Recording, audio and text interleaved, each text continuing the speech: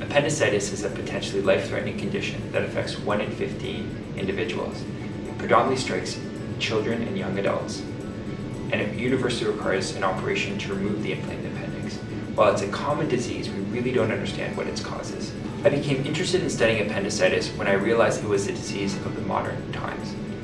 It only emerged following the Industrial Revolution in Western worlds.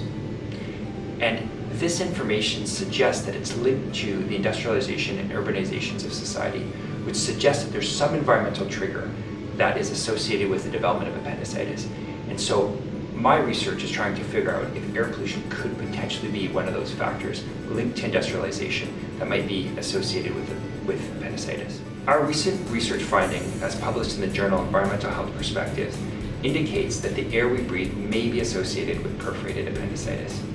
Specifically, we found on days where there was high concentration of ozone in the air, there was approximately 20% increased risk of being hospitalized for perforated appendicitis. And this is an important finding because appendicitis is a potentially life-threatening condition, whereas air pollution is a potentially modifiable environmental risk factor. We studied 12 large urban Canadian cities such as Toronto, Calgary, Vancouver, and Halifax, which allowed us to identify over 35,000 individuals hospitalized for appendicitis.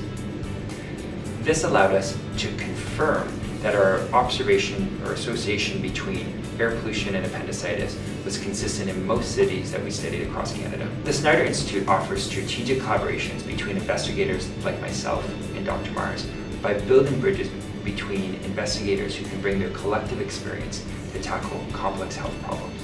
Not only did Dr. Mars have a significant role in developing the study design and interpreting the results, he's also been a career guide and mentor since I joined the Faculty of Medicine in 2007. The University of Calgary Snyder Institute has played a major role in establishing collaborations such as that between myself and Dr. Kaplan. When he first joined the University of Calgary, I served really as a mentor to Dr. Kaplan, but now we've been involved in numerous collaborative projects which have been beneficial to both of us. The beauty of the University of Calgary Snyder Institute is that it links up researchers with perhaps different areas of interest, but or that allows a different perspective on different problems. For example, Dr. Kaplan is a gastroenterologist, whereas I'm a hepatologist with an interest in liver disease. Although these are a bit different, we can apply similar techniques and ask similar questions in different diseases. This study and others like it supported by the Snyder Institute for Chronic Diseases will help the University of Calgary reach its Eyes High goal by publishing high quality and impactful studies that help us understand the pathogenesis of disease and allow us to translate scientific knowledge into opportunities to help protect the public. In our study, we showed that perforated appendicitis was more likely to occur on days where air quality was poor. We can do something about that, and that's how we can potentially help the University of Calgary reach the goal of Eyes High.